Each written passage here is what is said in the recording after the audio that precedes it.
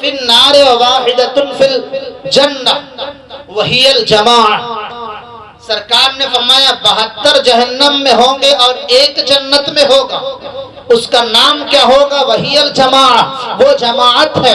اور حدیث میں متعدد مقام پر ہے ید اللہ علی الجماعہ، اللہ کا دست قدرت جماعت پر ہے، یعنی یکجائیت پر، اتحاد پر اللہ کی رحمتیں اترتی ہیں، اتحاد پر اللہ کی جانب سے انعام ہوتا ہے۔ یہاں جماعت کا ذکر ہے۔ پہلے والی حدیث میں کیا ذکر تھا؟ ما انا علیہ واصحابی، جس پر میں ہوں اور میرے صحابہ ہیں، وہ کیا تھا؟ اب دونوں کو جوڑ دیجئے، جس پر مصطفیٰ ہیں، مصطفیٰ کے صحابہ ہیں، اس کو اور سمجھا دو، الفاظ لے آؤ تو حدیث میں ہے علیکم بسنتی و سنت الخلفاء الراشدین، تمہارے اوپر میری سنت یعنی میرا طریقہ اور میرے صحابہ کا طریقہ لازم ہے۔ یہاں پر طریقے کو سنت سے تعبیر کیا گیا ہے، گویا ما انا علیہ واصحابی کی تعبیر سنت سے ہو جائے گی۔ اس حدیث میں سنت ہے، اس حدیث میں جماعت ہے۔ اب دونوں کو جوڑ دو، سنت و جماعت والے کون ہوں گے؟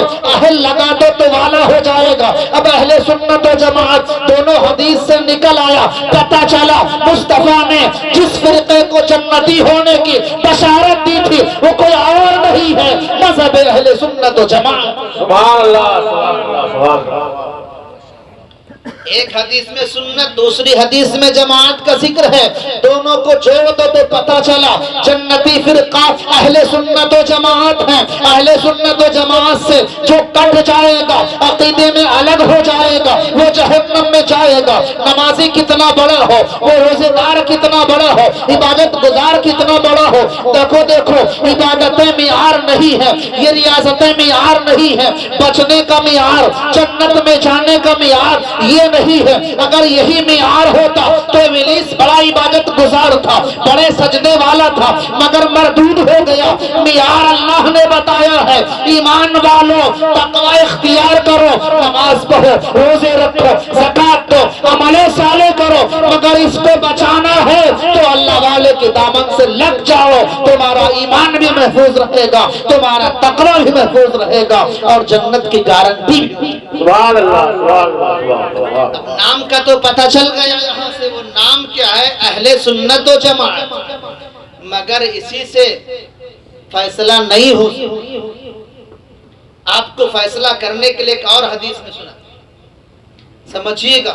لوگ کہہ دیتے ہیں یہ اختلاف علماء کا ہے، علماء کا نہیں ہے، یہ اختلاف مصطفیٰ نے بتایا ہے اور مصطفیٰ کا فرمان سچا ہے۔ مصطفیٰ اپنی مرضی سے کچھ نہیں بولتا ہے، اللہ کا قرآن کہتا ہے وَمَا يَنْطِقُ عَنِ الْهَوَىٰ، مصطفیٰ اپنی خواہش سے کچھ نہیں بولتے ہیں، وہ جو کچھ بولتے ہیں فرمان خدا ہوتا ہے، زبان مصطفیٰ ہوتی ہے، خدا کا فرمان ہوتا ہے، مصطفیٰ بولتا ہے، اپنی مرضی سے نہیں بولتے مصطفیٰ۔ وہ مصطفیٰ فرماتے ہیں، میرے آقا فرماتے ہیں، میرے آقا نے تعبیر کی۔ روایت حضرت عبداللہ بن مسعود فرماتے ہیں، یہ صحابہ میں بڑے فقیہ ہیں، وہ فرماتے ہیں میرے آقا نے ایک دن تفہیم کی خاطر ہمارے سامنے ایک لکیر کھینچی، سیدھی لمبی لکیر کھینچی، کھینچنے کے بعد فرمایا ھذا سبیل اللہ، یہ اللہ کا راستہ ہے۔ اس کے بعد سرکار نے دائیں طرف بھی لکیریں کھینچی اور بائیں طرف بھی لکیریں کھینچی۔ خط لنا رسول اللہ صلی اللہ علیہ وسلم، خط، ایک خط اللہ کے رسول نے کھینچی۔ اس کے بعد فرماتے ہیں وَخَطَّ عَنْ يَمِينِهِ وَعَنْ شِمَالِهِ خُطُوطًا، میرے آقا نے دائیں بھی کئی خط کھینچے، بائیں بھی کئی خط کھینچے۔ خط کھینچنے کے بعد فرمایا هَذَا سُبُلٌ هَذِهِ سُبُلٌ، یہ کئی راستے ہیں، یہ کئی راستے ہیں۔ اس کے بعد آگے سنو، آقا فرماتے ہیں عَلَى كُلٍّ مِّنْهَا شَيْطَانٌ، عَلَى كُلٍّ مِّنْهَا شَيْطَانٌ، ان راستوں میں سے ہر راستے پر شیطان ہے، یدعو الیہ، وہ شیطان اپنی طرف بلاتا ہے۔ اب ذرا غور سے سنو، کوئی بلانے والا جب بلائے گا تو کیا یہ کہہ کر بلائے گا میں دشمن ہوں میری طرف مت آؤ، میری طرف آؤ میں دشمن ہوں، یہ کہہ کے بلائے گا؟ نہیں، وہ بتائے گا میں نیک ہوں، میں تمہارا خیر خواہ ہوں، میں تمہارا بھائی ہوں، میں تم سے تعلق رکھنے والا ہوں، میں تمہارا چاہنے والا ہوں، میری طرف آ جاؤ، میری طرف آ جاؤ۔ اب مصطفیٰ نے فرمایا کئی خطیں کھینچی، بتایا راستے ہیں، ہر راستے پر ایک شیطان بیٹھا ہے۔ اب ایک آدمی کیسے فرق کرے گا ہم کون سا راستہ اختیار کریں، کس راستے پہ چلیں؟ مگر اسے فرق کرنے کے لیے اللہ کے حبیب نے آئے آیت کریمہ پڑھی، ان ھذا صراطی مستقیما فاتبعوہ ولا تتبعوا السبل فتفرق بکم۔ اس کا مطلب ہے میرے آقا نے فرمایا تھا یہ سیدھی خط جو ہے یہ میرا سیدھا راستہ ہے، اس کے دائیں بائیں جو راستے ہیں یہ شیطان کے راستے ہیں، اس پر چلو گے منتشر ہو جاؤ گے، بگڑ جاؤ گے، راستے سے بھٹک جاؤ گے۔ مگر ابھی بھی ہمارے لیے، عام آدمی کے لیے، ایک کامل الایمان غیر عالم کے لیے پتہ نہیں چلا کیا کرے۔ گویا کہ وہ آدمی ایمان والا ایک ایسے مسافر کی طرح ہے جسے اپنا راستہ معلوم نہ ہو، اپنی منزل معلوم نہ ہو، چوراہے پہ کھڑا ہے، وہ جانا چاہتا ہے، ہر طرف بلانے والے بلا رہے ہیں، ایک ادھر آ کہہ رہا ہے میری طرف آؤ میں تمہیں منزل تک پہنچا دوں گا، دوسرا کہہ رہا میری طرف آؤ میں تمہیں منزل تک پہنچا دوں گا، تیسرا کہہ رہا میری طرف آؤ میں تمہیں منزل تک پہنچا دوں گا۔ اب یہ سوچ رہا ہے کروں تو کیا کروں، کس کے ساتھ جاؤ، کون منزل تک پہنچائے گا، کون ہمیں پہنچائے گا۔ ذرا غور کرنا، یہاں توجہ کی ضرورت ہے، بہت غور کی ضرورت ہے۔ وہ مسافر سوچ رہا ہے کس کا دامن تھامو، کس کا پکڑو۔ ہر آدمی تو خیر خواہی دکھا رہا ہے، ہر آدمی تو کہہ رہا ہے میں تمہارا خیر خواہ ہوں، میں کیسے جانوں کہ خیر خواہ کون ہے، بد خواہ کون ہے، میں یہ کیسے جانوں کہ صحیح راستہ کس کا ہے، غلط راستہ کس کا ہے۔ تو آؤ میں بتاؤں، ایسے موقع پہ عام آدمی کو دیکھنا ہوگا۔ مثال کے طور پر بہرائچ جانے کے لیے اگر آپ کو بہرائچ جانا ہے، چار آدمی آپ سے کہتے ہیں میرے ساتھ آؤ میں چل رہا ہوں، دوسرا کہتا ہے میرے ساتھ آؤ میں چل رہا ہوں، تیسرا کہہ رہا میرے ساتھ آؤ میں چل رہا ہوں پہنچا دوں گا۔ تو آپ غور کرو گے ان میں بہرائچ گیا کون ہے، جو پہلے گیا ہو سلامت پہنچ گیا ہو، اس کا دامن تھام لیا جائے، اس کے ساتھ چل دیا جائے تو آسانی سے پہنچ جائیں گے۔ یہ نہ طریقہ ہوگا۔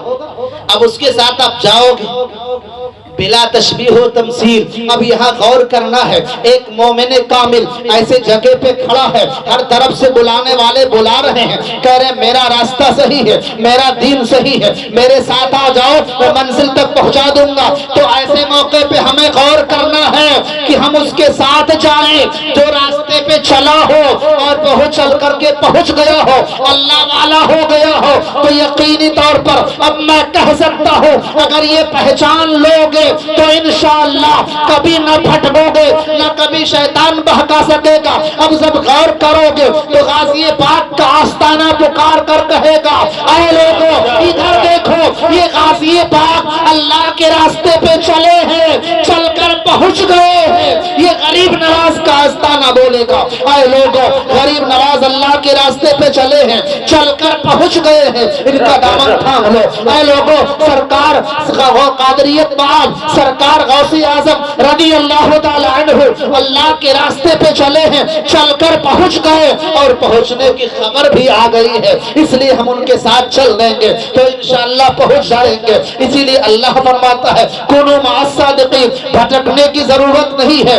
دیکھو علامتیں دیکھو، پہچان دیکھو، وہ جس کی طرف ہر دل جھکا جا رہا ہے، ہر گردنیں کھینچی جا رہی ہیں، وہ جس کی طرف دیکھو آنکھیں بچھی جا رہی ہیں، جو اس کی بارگاہ میں اپنا تعلق جوڑے چلا جا رہا ہے۔ کوئی کہیں ہے، کوئی کہیں ہے، کسی کے ہاں شادی ہے، کسی کے ہاں کوئی اور تقریب ہے، مگر غریب نواز کے عرس کی تاریخ آ جائے تو اپنی شادی نہیں دیکھتا ہے، اپنا پروگرام نہیں دیکھتا ہے۔ ہم جائیں تو غریب نواز کے آستانے پہ جائیں گے۔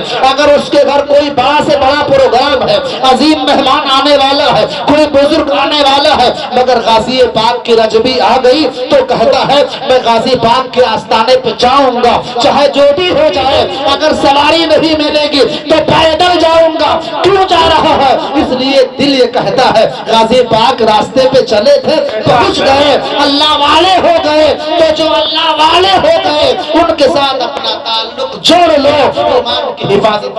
سبحان اللہ سبحان اللہ سبحان اللہ۔ یہی ہے کونوا مع الصادقین، اللہ والوں کے ساتھ ہو جاؤ، اللہ والوں کے ساتھ ہو جاؤ، ان کے ساتھ ہو جاؤ گے تو شیطان کتنا طاقتور بھی کیوں نہ ہو مگر وہ شیطان آپ کا کچھ بگاڑ نہیں سکتا، اس لیے کہ یہ پناہ گاہ ہے نا۔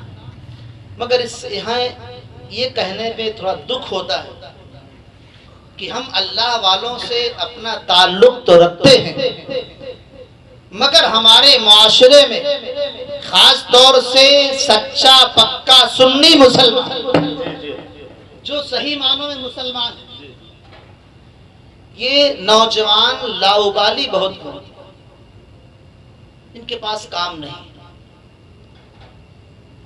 اب دور دور تک نظر دوڑاؤ تو رات میں 12 بجے 1 بجے تک جگیں گے اور سو جائیں گے تو پھر 11 بجے تک سوتے ہیں، بس کام ہی نہیں، کہتے ہیں کام نہیں، اور کریں گے بھی تو کیا سوچیں گے کوئی ایسا طریقہ مل جائے کہ آسانی سے پیسہ ہمارے اکاؤنٹ میں آئے، فری میں کچھ نہ کرنا۔ اگر کوئی فراڈی کوئی ایپ لانچ کرتا ہے اور کہتا ہے اسے پیسے لگاؤ میں تمہیں زیادہ دوں گا، تو یہ تھوڑی دیر بھی نہیں سوچتے ہیں کہ اس نے اتنی محنت کی ہے، ایپ بنایا ہے، یہ پیسہ زیادہ کیوں دے رہا؟ نہیں سوچتے، یہ سوچتے زیادہ مل جائے گا کیسے ملے۔